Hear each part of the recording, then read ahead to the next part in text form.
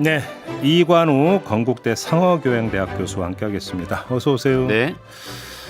뭐 정치 인사이드다 보니까 또 이 문제를 안 짚을 수가 없는데 이른바 윤한 갈등. 네, 며칠째 계속 지금 비슷한 얘기를 하고 계시죠. 네, 계속 같은 얘기를 하고 있는데 근데 참 그 재미난 현상이 요번에 이거에 대한 좀 진단들이 좀 많이 갈리는 것 같아요. 특히나 이제 어제 이제 서천 화재 현장에서 조우한 후에 일단 봉합 국면으로 들어가는 것 같은데 그러면 누가 이겼냐는 좀 너무 뭐하고 하여간 누가 조금이라도 도움이 됐느냐 이거에 대한 평가는 좀 갈리는 것 같은데 교수님은 어떻게 평가하십니까? 저는 뭐 지금 상황에서는 당이 이기는 게 좋죠. 국민의힘 입장에서 네, 선거를 앞두고 있기 때문에. 아니 이제 그냥 교수님의 그 판정을 내려주신다면. 그러니까 아마 그런 쪽으로 그 해석도 되고 모양새도 그쪽으로 나오지 않을까 싶어요. 지금은 용산이 욕심을 부릴 수 있는 상황이 아니죠. 그러면 한동훈 위원장이 얻은 게 있다? 근데 저는 그렇다고 봅니다. 어떤 왜냐하면 점에서? 일단은 여러 가지 면에서 그런데 뭐 대통령은 출근을 못했어요. 그러니까 민생 토론에 불참한 네, 거 네, 감기 네. 때문이라잖아요. 감기. 네. 어쨌든 네. 한동훈 비대위원장은 출근을 했고 또 그 전후 상황을 보면 어쨌든 그 이 내용을 공개한 것도 한동훈 측이고 또 어쨌든 사퇴 요구를 공개하면서 또 버텼죠. 버티고 반발도 좀 했고 나름대로 네 먼저 얘기도 했고 그다음에 김경률 비대위원도 뭐 잘 버티고 있고 그다음에 내용도 바꾸지 않고 있고 네 그렇게 보면은 전체적으로 약간의 갈등이 있었지만 또 봉합도 되고 있지만 당이 이렇게 타격을 받은 것은 사실은 별로 없는 것 같고 지금 버티는 것만 해도 이긴 거다.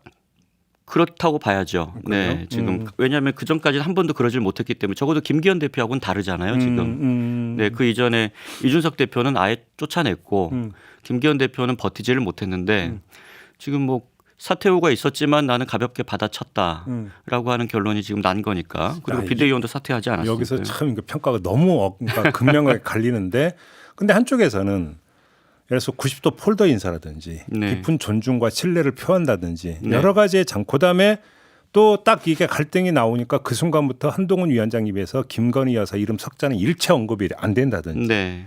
이런 것들을 볼 때 결국은 수직적 관계는 전혀 개선되지 않았다.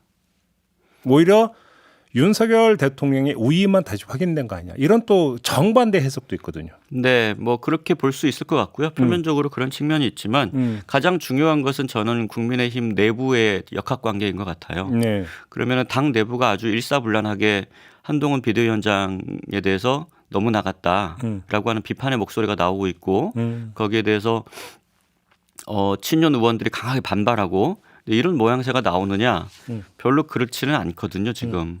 네, 그래서 여전히 지금 제가 보기에는 당내 의견들이 한쪽으로 쏠리기보다는 많은 의원들이 눈치를 보고 있는 것 같아요. 네. 예를 들면 제일 관심사는 총선 앞에서 이거 아니겠습니까? 두 가지인데 하나는 실제로 공천을 누가 할 거냐, 용산이 직접 하는 거냐, 아니면은 한동훈 비대위원장이 뭔가 독자적인 역할을 할 수 있을 거냐. 예를 들면 검사들이 내려오거나 뭐 대통령실에 가까운 사람들이 내려온다고 하는데 한동훈 위원장이 그 비대위원장이 그걸 다 받을 거냐 아니면 어느 정도 자율성을 가져갈 거냐 이게 하나가 있고 두 번째는 누구하고 선거하는 게 도움이 되느냐라고 하는 부분인데 아마 지난주에도 한번 말씀하셨던 것 같은데 윤석열 대통령 사진을 지우고 지금 한동훈 비대위원장 사진으로 다 갈아 끼웠잖아요. 이런 부분에서는 제가 보기에는 아마 쏠리기는 쉽지 않을 것 같아요. 용산으로. 다시. 알겠습니다. 일단 네. 그럼 이제 교수님 판정은 그러니까 그 판정의 기초에서 한번 이제 얘기를 좀 풀어갔으면 좋겠는데 그럼 이 상황에서 윤석열 대통령의 힘은 급속히 빠진다 혹시 이렇게 보시는 겁니까? 급속하지는 않지만 어쨌든 시작은 되었다라고 생각이 듭니다. 그래요? 네. 왜냐하면 지금 한동훈 비대위원장은 미래 권력이잖아요. 잠깐만 시작이라고 하는 게 무슨 얘기입니까? 그러니까 그 현재 권력과 미래 권력 간의 어떤 교차되는 네. 교차 지점에 와 있다. 혹시 이렇게 보시는 겁니까? 뭐 그러니까 교차가 시작되었다. 뜨는 해와 지는 해의 어떤 교차점이 지금 형성이 됐다고 보시는 겁니까? 뭐 아직은 중천에 이제 해가 떠 있지만 네. 다른 해가 이제 산 위로 좀 이제 올라오기 시작했다. 하늘에 두 개의 태양은 없대잖아요. 네. 이제 보통 이런 것도 이제 우리가 뭐 레임덕이라고 얘기하는데 레임덕까지 거론할 단계라고 보시는 거예요, 지금? 저는 레임덕 뭐 얘기할 수 있다고 생각해요. 네, 오, 이제 뭐 그래요? 레임덕이 이제 뭐 바로 나타났다기보다는 레임덕이 전조 현상이다. 레임덕의 전조 정도는 이제 시작이 되었다. 그러니까 미래 권력이 너무 빨리 그러니까 지금 부상을 하면서 결국 현재 권력의 위상을 어느 정도로 지금 이제 그러니까 그 갉아먹고 있기 때문에 그 자체가 전조다. 네, 그렇죠. 이제 이것은 뭐 그 원래는 차라리 그 미래 권력은 좀 이따가 등판을 해야 되거든요. 왜냐하면 현직자가 그걸 좀 싫어하죠. 당연히 싫어. 네, 그래서 차기 대선 후보로 거론되는 사람들이 이렇게 빨리 등판하는 경우는 사실은 별로 없죠. 별로 없고 가등 하나 뒤로 밀어놓고 또 그것이 정상인데 네. 지금 국민의힘이나 용산이 조금 자초한 부분이 있는 것은 지금 총선을 앞두고 총선이 좀 위험하다 싶으니까 뭐 당 내에서 그런 얘기가 있었잖아요. 뭐 아껴놨다가 나중에 다 지고 난 다음에 쓰면 무슨 소용이 있느냐 이런 얘기가 갑자기 압도하면서 그리고 대통령과의 어떤 그 인간적인 관계가 아주 가깝기 때문에 믿을만하다. 이제 그런 얘기가 들면서 사실은 한동훈 비대위원장을 조기 등판시킨 거 아니겠어요? 근데 그러면은 그런 득이 있으면 또 실이 있을 수밖에 없는 거죠. 네. 알겠습니다. 일단 그 점에서 쉼표를 좀 찍고 레임덕이든 아니든 분명히 짚어야 되는 것은 대통령의 입지가 아주 가장 크게 흔들리면서 내상을 입는 거 보통 그 친인척 문제 때거든요. 이게 그러니까 이 역대 어떤 대통령을 돌아봐도 사실은 여기서 피해가지 못한 부분이 거의 대부분 아닙니까? 그렇죠. 이제 굉장히 슬프게도 예. 뭐 이제 한국 정치사에서 민주화 이후에 거의 모든 대통령이 그렇죠. 네, 뭐 민주화 이전은 제가 뭐 굳이 말씀드리지 네, 않겠습니다. 그렇죠. 거기야 뭐 독재 권력이니까 네. 뭐 당연히 그런 부분들이 있었고 근데 민주화 이후가 되면은 그런 부분이 좀 줄어들어야 되지 않겠느냐 이게 이제 당연히 생각인데 좀 슬프게도 저희가 그렇게 하지 못했고 그렇죠. 또 너무 가까운 사람들이 이렇게 좀 문제가 됐죠. 그래서 뭐 김영삼 대통령 같은 경우에는 뭐 차남 김현철 씨, 아들 네. 현철 씨 문제. 뭐 소통령이라고 사실 불렸고. 국정농단이라는 단어가 그때 사실상 대중적으로 처음 회자가 된 네, 네. 그래서 뭐 대통령을 아주 자유롭게 독대했으니까요. 이제 아들이라는 신분 그때 때문에. 소통령이라고 그러죠. 네. 소통. 그래서 모든 로비가 다 김현철 씨한테 집중됐고 예. 또 나중에 이제 그게 영상으로 찍혀서 이제 그 공개가 되면서 부인할 수 없는 상황이 되었고 그 저기 의사분하고 네, 전화 통화하는 그 부분이 됐고 나중에는 조세 포탈 혐의로 결국은 구속돼서 대통령이 김영삼 대통령이 참 사과 싫어하는데 그때는 어쩔 수가 없었고 그다음에 그 또 그런 어떤 일이 있었음에도 불구하고 다음 김대중 대통령도 아들이 세 분이 다 또 연관이 돼서 그중에 두 분은 구속이 되고 구속 기소가 되고 그다음에 이제 김영삼, 김대중 두 대통령은 아들 때문에 참 고생을 많이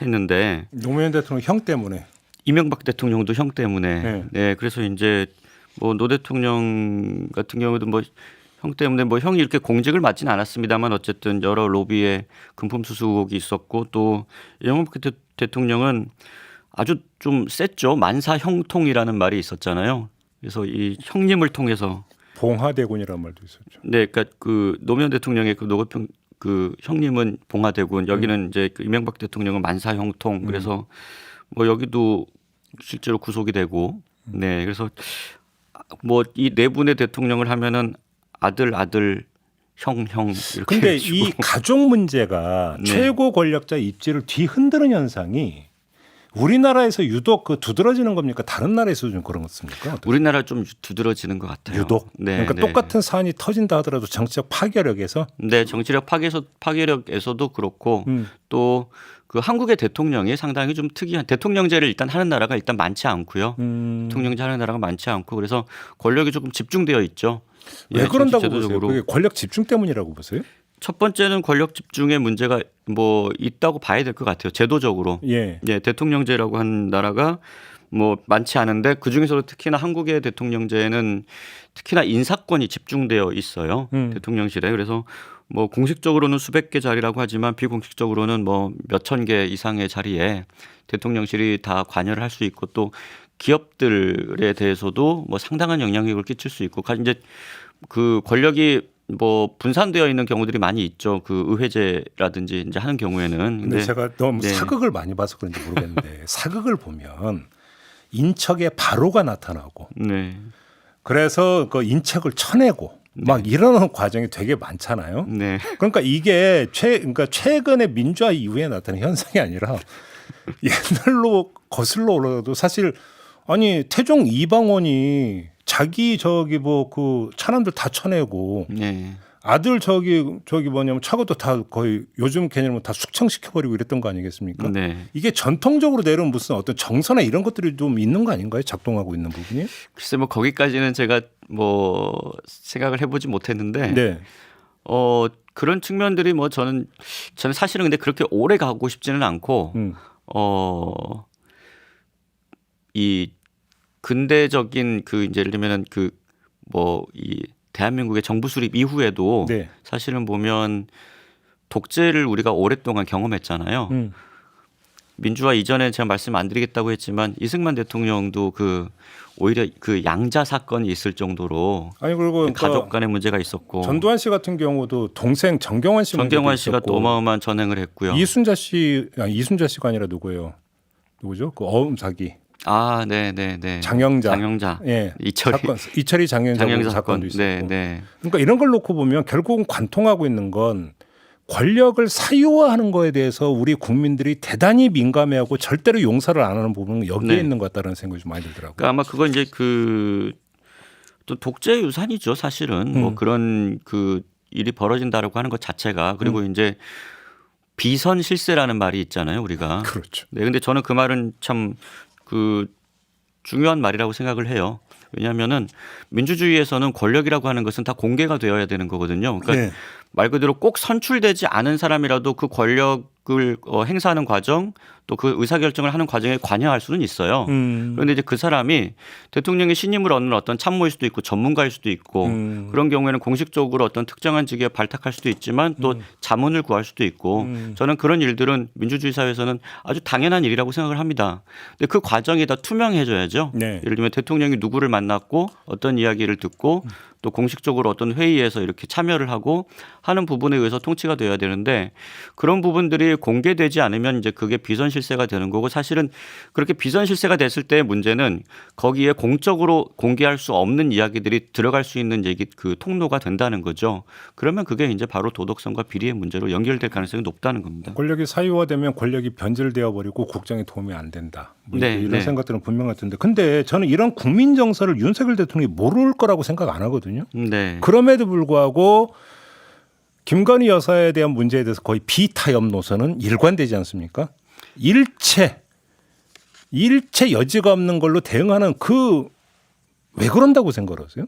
그러니까 어떤 언론 보도를 보면 김건희 여사는 미안함을 깔고 있다. 윤석열 대통령 이런 지금 보도 보셨습니까? 뭐 그 아니 근데 미안함이 네. 설령 있다도 그 개인 대 개인의 관계의 문제에서 나오는 거잖아요. 그 대통령 부부의 뭐 관계를 제가 뭐 알 수는 없겠습니다만 예. 어쨌든 대체로 보면 그 과거에도 그 문제가 실제로 확실하게 어떤 증거에 의해서 밝혀지기 전까지는 대체로 부인을 많이 해왔어요.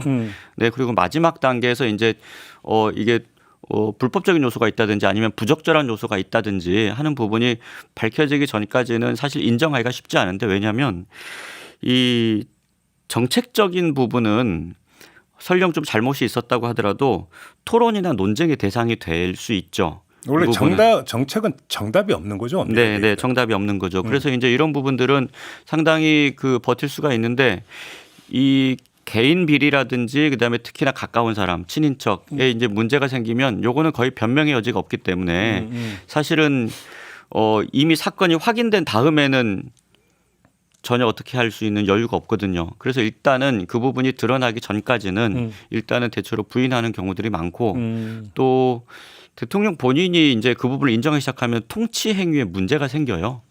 도덕성에 굉장히 치명적인 타격을 받는데 한 번 밀리면 계속 밀린다. 그 뭐 이제 힘의 논리로 봐선 그렇고 사실은 권력 행사의 상당한 부분의 자원이 대통령의 도덕성 측면에서 나오기 때문에 예를 들면은 노무현 대통령 같은 경우에도 임기 초반에 이제 그 대선 자금 문제로 어려움을 겪었지만 사실 그 부분이 도덕성이라고 하는 부분이 상당히 큰 자원이었잖아요. 정치적인. 그 부분에서 이제 타격을 받으니까 사실은 지지율이 빨리 회복되지 못했죠. 네, 그런 부분들이 있어서 일단은 통치 행위를 하기 위해서라도 대통령이 그 부분은 뭐 가능하면 시간을 뒤로 미루더라도 네, 일단은 버티는 것이 가장 최선이다라고 생각을 많이들 하시는 것 같아요. 그런데 문제는 이게 이제 이런 식으로 이제 그냥 계속 그러니까 누르고 가버리면 진짜로 권력의 힘이 빠졌을 때는 거의 폭발을 해버리는 거 아닙니까? 네. 나중을 생각하면 더 안 좋은 거 아닙니까, 사실은? 이게? 근데 한국 대통령제가 이제 그러니까 그래서 가끔 얘기 나오는 게 단임제이기 때문에 어차피 재선이 없어요. 네, 재선이 없기 때문에 가능한 한 시간을 뒤로 미루는 것이 도움이 되죠. 도움이 아니, 되고요. 그렇다고 그냥 넘어간 경우 또 얼마나 있습니까? 뭐 나중에 넘어가는 경우는 없죠. 정권이 바뀌더라도 또 나중에 또 문제가 되고 네. 있는데. 그런데 이제 그 저희가 보통 레임덕은 원래 그래서 집권 4년차 정도에 이제 나오는 게 정상인데 저희가 조기 레임덕이라는 말도 종종 썼거든요. 네. 그런 경우에는 이제 첫 번째는 대통령 국정 지지율이 굉장히 빨리 떨어졌을 때 그러면 어떻게 되냐면 공직 사회가 잘 움직이지 않습니다. 복지부동으로 가는 거. 네. 그래서 사실 윤석열 대통령 아주 유례 없이 지금 그 이 국정 지지율이 빨리 떨어졌거든요. 30%대. 네, 거의 한 뭐 2, 3개월 만에 지금 그 취임한 이후에 뚝 떨어졌었는데 저는 사실은 이태원 참사나 뭐 잼버리 사태나 아니면 엑스포 유치 과정에서 있었던 문제들, 유치 실패 과정에서 있었던 문제들이 저는 그냥 일어났다고 생각하지는 않아요. 그러니까 이런 것들이 전형적으로 공직사회가 복지부동할 때 일어나는 사건들이고 그런 의미에서 보면은 대통령의 국정 지지율이 이렇게 빠르게 떨어졌는데 거기다가 친인척의 비리까지 확인이 되면 정말로 그때부터는 통치 행위를 하기가 굉장히 어려워지거든요. 네. 사실 저는 이번에 김건희 그 리스크라고 하는 것이 당 내에서 이렇게 이제 선거를 앞두고 나타난 것도 저는 이런 아주 전형적인 징후라고 생각을 해요. 네, 레임덕으로 가는. 그래서 사실은 좀 세게 되면 과거에는 여당이 탈당 요구를 하거든요. 그래서 지금 우리 역대 저기만 쭉 봐도 이명박 문재인 대통령 2명만 탈당을 안 했습니다. 나머지는 다 여당에서 탈당 요구를 할 정도고 그래서 이런 정도 지금 저는 상황까지 왔다고 하면 대통령실도 강하게 버티는 수밖에 없을 거예요. 네. 이런 부분에 대해서는. 예. 네. 아무튼 이제 이관우 교수님이 일관되게 이제 지금의 그 양상을 레임덕 전조 현상. 지금 이렇게 뭐 이제 그런 여러 가지 지금 과거에 우리가 봐왔던 그러면 국정 지지율 하락, 그다음에 친인척 비리, 그다음에 여당 내부의 반발, 레임덕 이런 전조 것들이 이제 현상이라고 나타나고 있는 보신다면 만약에 국민의힘이 그 총선에서 패배한다면 그 순간에 바로 레임덕입니까 그러면? 그럴 가능성이 상당히 있죠. 왜냐하면 레임덕을 이제 진단하는 몇 가지 그 중에 하나가 말씀드린 이제 그런 그 뭐 국정 지지율 하락이라든지 몇 가지가 있지만 그다음에 뭐 보통은 아주 일상적인 레임덕은 이제 집권 4년차 이후에 뭐 나타나는 건데 가장 큰 변수는 집권 여당이 중요한 선거에서 패배했을 때예요. 네.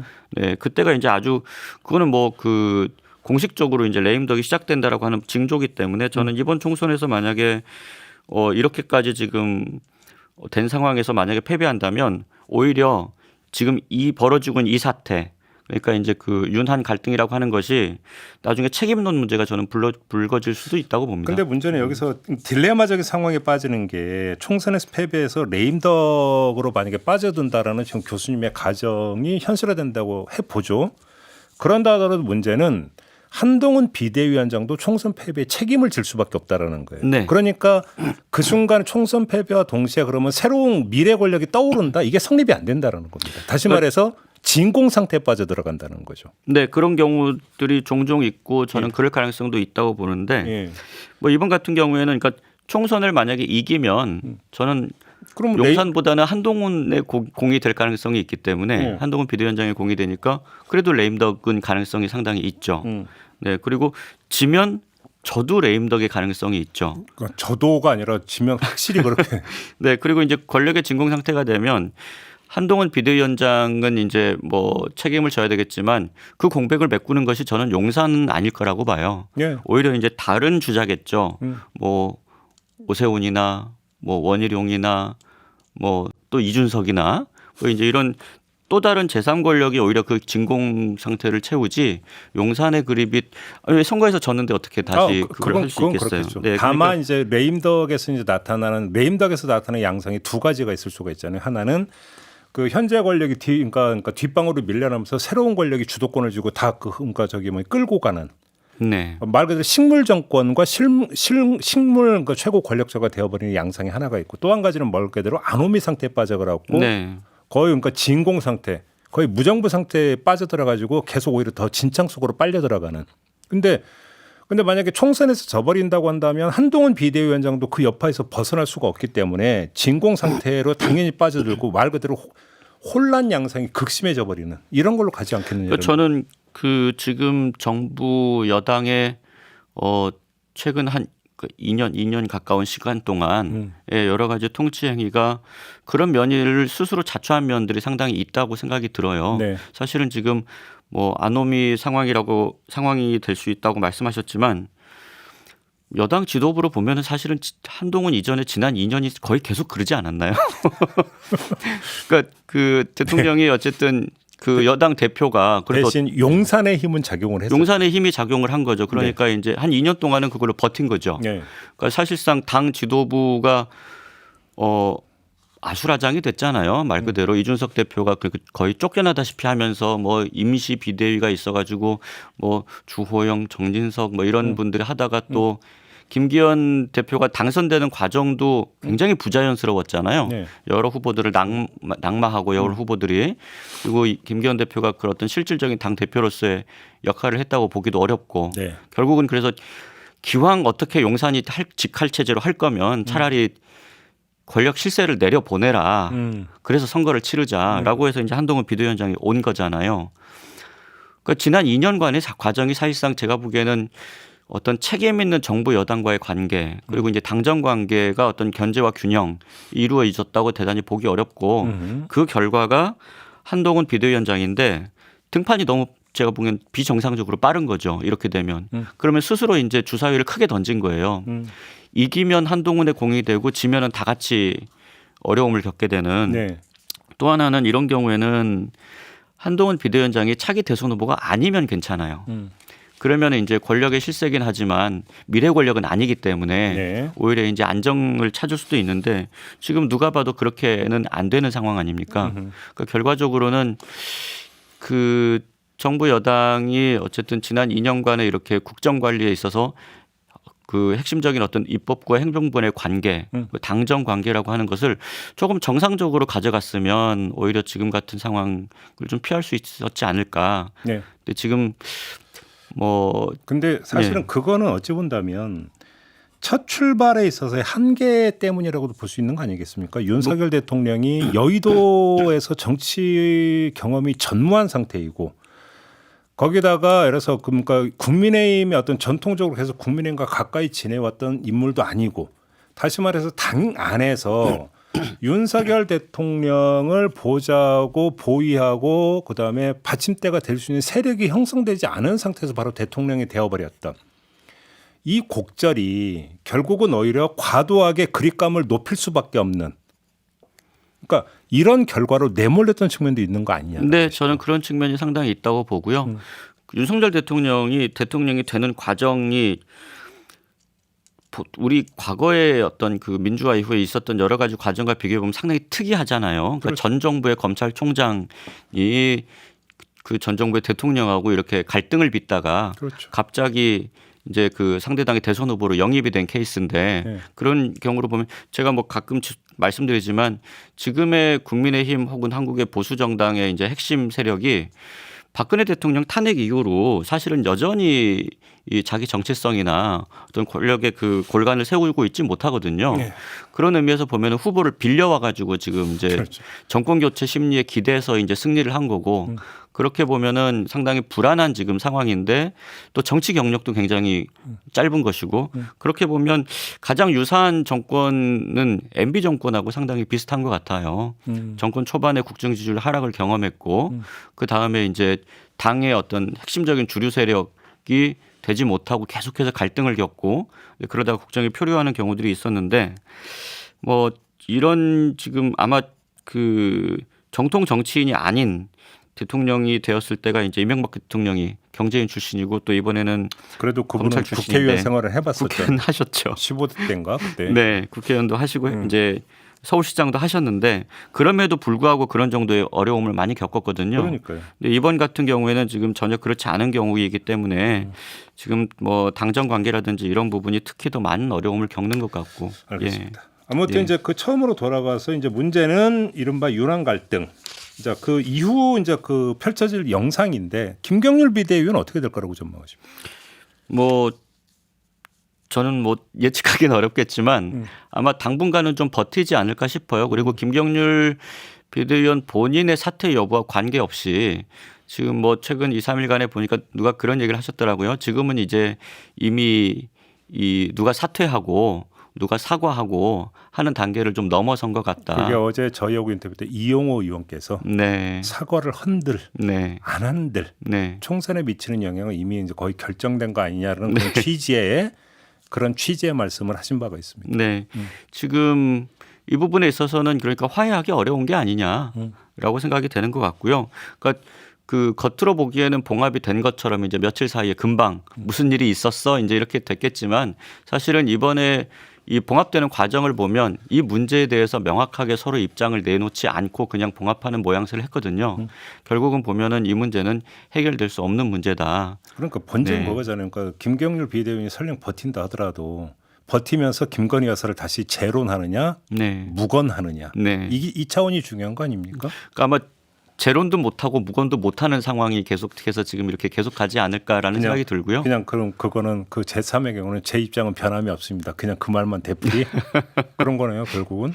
아마 그 제가 보기에는 결국은 그 갈등이 한 번 더 잠재해 있다가 공천 직후에 그러니까 그 이제 지금 제일 그 레임덕의 제일 핵심이 뭐냐면 지금 당장은 공천을 어디서 할지 모르기 때문에 그 출마 예정자들이 지금 눈치를 보고 있는 거잖아요. 보고 있는데 일단 공천을 받으면 그때부터는 양상이 좀 달라질 거라고 봅니다. 이제 거기서 이제 공천을 번복할 수도 없잖아요. 이제 그런 경우에는 당연히 또 한 번 김건희 여사의 사과를 요구하는 목소리가 나올 수밖에 없을 거라고 저는 봅니다. 그런 목소리는 당 내부에서 나온 게 아니라 이제 탈당을 해서 개혁신당에 가서 한다든지 오히려 그런 양상이 더 그런 모습이 가능성이 더 높은 거 아닌가요? 저는 출마자들이 요구할 거라고 생각합니다. 아, 출마자들이. 네. 예를 들어서 이명박 정부 때 2008년 총선 때 수도권 출마자들이 이상득 퇴진 이런 것들을 집단 성명을 낸 건데 그런 비슷한 양상이 저는 나올 수 그런 있다고. 양상이 나올 수 있을 가능성이 있다고 생각합니다. 오호. 네. 그럴 수가 일단 있다. 이미 공천 다 받았기 때문에 그리고 이제는 당락이 중요한 것이지 그 다음번 공천까지 또 용산이 하는 것은 아니거든요. 아, 네. 2라운드가 거기서 펼쳐질 수 있다. 만약에 그 계속해서 조사를 했는데 여론 조사를 했는데 국민들 여론이 그 부분에 있어서 상당히 많이 부정적인 반감을 가지고 있다. 용산이 도의적으로라도 그 부분에 대해서 사과를 하는 것이 좋지 않겠느냐. 아니면 뭐 특검을 수용하는 것이 좋지 않겠느냐. 이런 여론이 있다면 선거에 출마자들로 있어서 입장에서는 그렇게라도 해서 당선을 시켜주는 것이 여당에게 도움이 된다. 이런 이제 정부에도 도움이 된다. 이런 얘기를 하지 않을까 싶습니다. 이제 그건 누가 공천되는 걸 봐야 되겠네요. 그러니까 이제 공천이 중요해지는 거죠. 알겠습니다. 자, 오늘 이야기는 이렇게 마무리하도록 하겠습니다. 이관우 교수와 함께했고요. 저도 함께 물러가겠습니다. 고맙습니다. 네.